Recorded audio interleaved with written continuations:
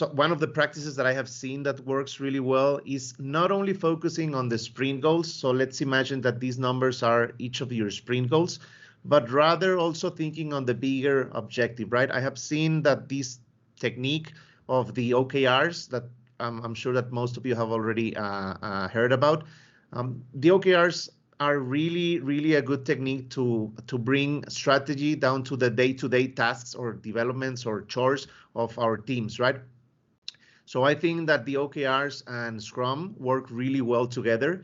And as long as every single sprint goal that we create is aligned to the bigger goal, right? Over here, I wrote some example, just a reminder. Objectives on OKRs are aspirational. We do not put numbers over there. We think that we will achieve them someday, but probably they are a little utopic. So this is very aspirational, right? Provide our users with the best user experience. Okay, that's kind of our North Star in this team.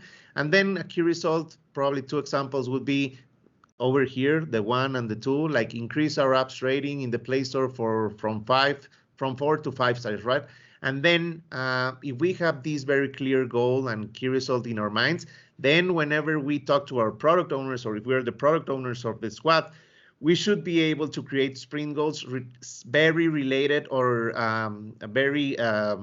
that will impact these key results, right? So that's kind of, I used to have a team actually that even in Jira or whatever tool you're using, they used to put the sprint goal, and in parentheses, they would put the key results that they are trying to achieve with each of the sprint goals, right? So that's probably not a best practice, I would say. I would say a proven practice, because best practice would mean that we probably have been doing it wrong, and that's not the case, right? It's just a proven practice that I think that brings alignment to the team. So that's what I wanted to share with this slide.